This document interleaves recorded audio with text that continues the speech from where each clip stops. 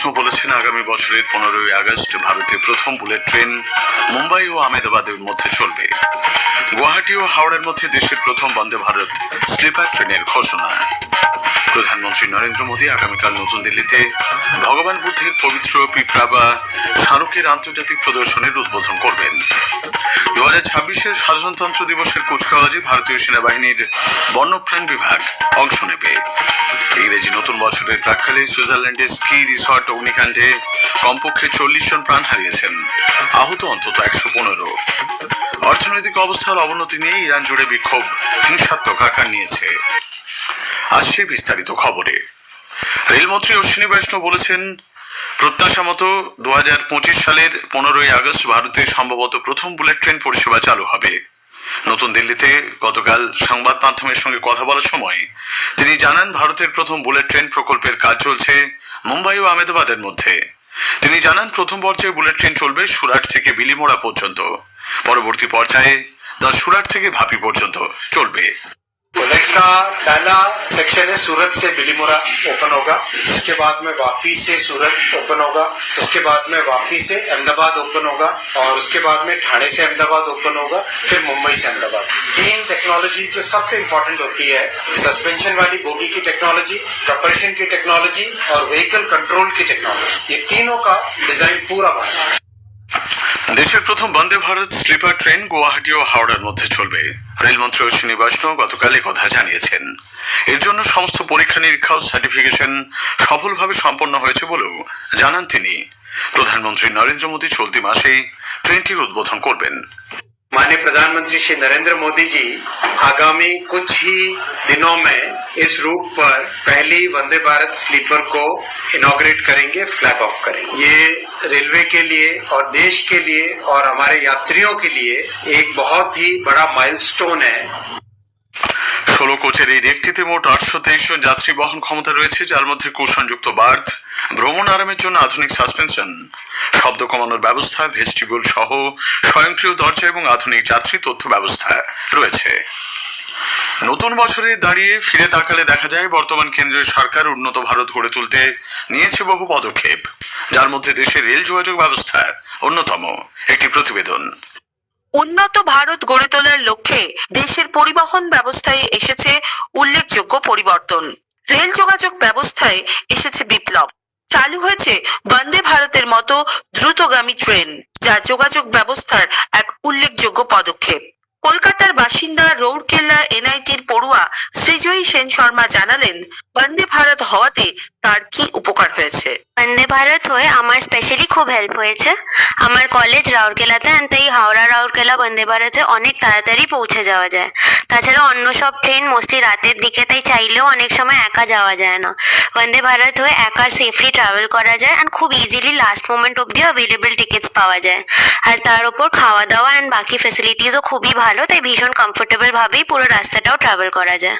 কাশ্মীর নাহার, আকাশবাণী সংবাদ, কলকাতা। প্রধানমন্ত্রী নরেন্দ্র মোদী আগামীকাল ভগবান বুদ্ধের স্মৃতি বিজড়িত পবিত্র পিপড়াওয়া স্মারকের আন্তর্জাতিক প্রদর্শনীর উদ্বোধন করবেন। নতুন দিল্লির রায় পৃথরা সাংস্কৃতিক কেন্দ্রে আগামীকাল প্রদর্শনী শুরু হচ্ছে। নতুন দিল্লির জাতীয় জাদুঘর এবং কলকাতা জাদুঘরে পিপড়াওয়া থেকে পাওয়া 100 বছর ধরে রক্ষিত সামগ্রী এই প্রথমবার প্রদর্শিত হতে চলেছে। গ্রামোন্নয়ন ও কৃষক কল্যাণ মন্ত্রী শিবরাজ সিং চৌহান বলেছেন বিকশিত ভারত জি রামজি আইন এমজি নারেগার বিধিগুলিকে আরো কার্যকর, স্বচ্ছ ও জবাবদিহিমূলক করেছে। মহারাষ্ট্রের আহমেদনগর জেলার লোনি বুদ্রুক গ্রামে বিশেষ গ্রাম সভায় গতকাল তিনি বলেন নতুন কাঠামো গ্রামীণ শ্রমিকদের কর্মসংস্থানের অধিকার নিশ্চিত করছে। पहले जो योजना थी मनरेगा, उसमें बेरोजगारी भत्ते की बात लिख तो दी गई, लेकिन उसके लिए कोई प्रभावी प्रावधान नहीं थे। इसमें ये सुनिश्चित कर दिया है कि मांगने पर, और काम भी मांगेंगे तो लिख के देंगे काम, और आप काम मांगेंगे तो ऑन रिकॉर्ड होगा वो। तो आपने ऑन रिकॉर्ड काम मांगा, रिकॉर्ड हो गया, उसके बाद अगर काम नहीं दिया तो बेरोजगारी भत्ता देना ही पड़ेगा। উপরাষ্ট্রপতি সিভি রাধাকৃষ্ণন দুদিনের সফরে আজ তামিলনাড়ু যাচ্ছেন। উপরাষ্ট্রপতি চেন্নাইয়ের doctor MGR educational and research institute ইউনিভার্সিটির 34তম সমাবর্তন অনুষ্ঠানে পৌরোহিত্য করবেন। এর পাশাপাশি তিনি তাজ করমণ্ডলে রামনাথ গোয়েঙ্কা সাহিত্য সম্মান প্রদান অনুষ্ঠানেও যোগ দেবেন। এই প্রথম রাজধানী দিল্লির কর্তব্য পথে সাধারণতন্ত্র দিবসের কুচকাওয়াজে সেনাবাহিনীর বন্যপ্রাণ বিভাগ অংশগ্রহণ করবে। চলাচলের পক্ষে অত্যন্ত বিপদ সংকুল এলাকায় সামরিক অভিযান চালানোর ক্ষেত্রে এই বন্যপ্রাণ বিভাগ গুরুত্বপূর্ণ ভূমিকা পালন করে। এই বিভাগে 2টি ব্যাকট্রিয়ান উট, 4টি জান্সকার পনি, 4টি র্যাপ্টার্স, 10টি ভারতীয় প্রজাতির সেনা সারমেয়র সঙ্গে 6টি প্রচলিত সেনা সারমেয় কাজ করছে। সেনাবাহিনী সূত্রে জানা গেছে, এই বিভাগ চিরাচরিত ঐতিহ্যের সঙ্গে উদ্ভাবনী ও আত্মনির্ভরতার সমন্বয় সাধন করছে। কেন্দ্রীয় কয়লা খনি মন্ত্রী জি কিষাণ রেড্ডি বলেছেন, প্রধানমন্ত্রী নরেন্দ্র মোদীর নেতৃত্বে ভারত বহু দেশকে ছাপিয়ে গেছে। গতকাল হায়দ্রাবাদে বস্তি সফরে তিনি বলেন, উন্নত দেশগুলো নানা সমস্যার মুখোমুখি হলেও ভারত শান্তিপূর্ণ পরিবেশে জনগণের সমর্থন নিয়ে উন্নয়ন কর্মসূচি সফলভাবে বাস্তবায়ন করছে। ইনোমারেশনের পর এসআইআর প্রক্রিয়ার শুনানি পর্বেও প্রান্তিক ও পিছিয়ে পড়া শ্রেণীর মানুষদের অন্তর্ভুক্তি নিশ্চিত করতে বিশেষ সুবিধা দিয়েছে নির্বাচন কমিশন।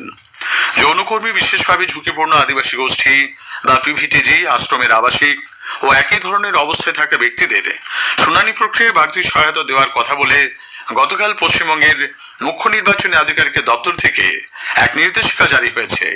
সেখানে বলা হয়েছে, কোনো কারণে যদি সংশ্লিষ্ট ব্যক্তিরা 2002 সালের ভোটার তালিকার সঙ্গে সংযুক্তের প্রামাণ্য নথি পেশ না করতে পারেন, সেক্ষেত্রে জেলা নির্বাচনী আধিকারিককেই সরাসরি সংশ্লিষ্ট এলাকা, বস্তি বা প্রতিষ্ঠানে গিয়ে ব্যক্তিগতভাবে যাচাই করতে হবে।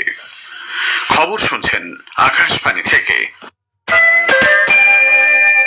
জাতীয় মহাসড়ক কর্তৃপক্ষ ঘোষণা করেছে, আগামী 1 ফেব্রুয়ারি থেকে গাড়ির ফাস্ট ট্যাগ ইস্যুর ক্ষেত্রে নো ইউর ভেহিক্যাল বা কেওয়াইবি কার্ডের আর প্রয়োজন হবে না। সড়ক পরিবহন ও মহাসড়ক মন্ত্রক জানিয়েছে, জাতীয় সড়ক ব্যবহারকারীদের যাত্রা মসৃণ করতে এই পদক্ষেপ। কৌশল বিকাশ ও শিল্পোদ্যোগ মন্ত্রকের সপ্তাহব্যাপী কৌশল মন্থন কর্মসূচি শেষ হয়েছে। উচ্চস্তরীয় এই কর্মসূচির পৌরোহিত্য করেন দপ্তরের মন্ত্রী জয়ন্ত চৌধুরী। গত মাসের 23 থেকে 31 তারিখ পর্যন্ত চলা এই পরামর্শদান কর্মসূচিতে বিভিন্ন প্রতিষ্ঠান, সংশ্লিষ্ট সংস্থার বরিষ্ঠ আধিকারিকরা ভারতের দক্ষতা বিকাশের ক্ষেত্রে মতবিনিময় করেছেন। ঘন কুয়াশার কারণে দৃশ্যমানতা কম থাকায় দেশের বিভিন্ন স্থানে বেশ কয়েকটি ট্রেন চলাচল ব্যাহত হয়েছে। ভারতীয় রেল জানিয়েছে, 31টি ট্রেন 2 ঘন্টার বেশি দেরিতে চলেছে। যাত্রীদের স্টেশনে পৌঁছানোর আগে ট্রেনের শেষ অবস্থান জেনে নেওয়ার পরামর্শ দিয়েছে রেল। বাংলাদেশে দুষ্কৃতীরা আরো এক হিন্দু ব্যবসায়ীর ওপর নৃশংসভাবে আক্রমণ করার পর গায়ে আগুন ধরিয়ে দিয়েছে। ফরিদপুর জেলার দামোদাওয়ায় কেওড়ডাঙ্গা বাজারের কাছে 50 বছর বয়সী খোকন চন্দ্র দাসের উপর এই হামলা চলে। দোকান বন্ধ করে অটোরিকশা করে বাড়ি ফেরার পথে তার উপর দুষ্কৃতীরা ধারালো অস্ত্র নিয়ে হামলা চালায়। পরে মাথায় পেট্রোল ঢেলে আগুন জ্বালিয়ে দেওয়া হয়। প্রাণ বাঁচাতে শ্রী দাস পুকুরে ঝাঁপ দেন।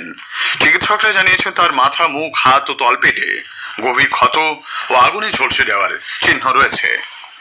সুইজারল্যান্ডের অ্যালপাইন স্কি রিসর্ট শহরের ক্রান্স মন্টানার একটি বারে নববর্ষ উদযাপনের সময় বিধ্বংসী অগ্নিকাণ্ডে অন্তত 40 জনের মৃত্যু হয়েছে, আহত 115। সুইস পুলিশ সূত্রে জানা গেছে, গুরুতর আহতদের সিয়ন এবং অন্যান্য শহরের হাসপাতালে নিয়ে যাওয়া হয়েছে। ইরানের তীব্র মুদ্রাস্ফীতি এবং অর্থনৈতিক সংকটের মধ্যেই রাতভর হিংসায় কয়েকজন প্রাণ হারিয়েছেন। ইরানি সংবাদ মাধ্যম এবং মানবাধিকার সংগঠনগুলি জানিয়েছে যে পশ্চিমাঞ্চলীয় লোরদেগান শহর এবং মধ্যাঞ্চলীয় ইস্পাহান প্রদেশ সহ বিভিন্ন স্থানে এই প্রাণহানির ঘটনা ঘটেছে। গতকাল বিক্ষোভকারীদের সঙ্গে নিরাপত্তা বাহিনীর সংঘর্ষ তীব্র আকার ধারণ করে। উল্লেখ্য, ইরানের অর্থনীতি ক্রমাগত অবনতির দিকে চলেছে। তেহরানের পারমাণবিক কর্মসূচি নিয়ে মার্কিন যুক্তরাষ্ট্র এবং পশ্চিমী দেশগুলির নিষেধাজ্ঞাই এর প্রধান কারণ।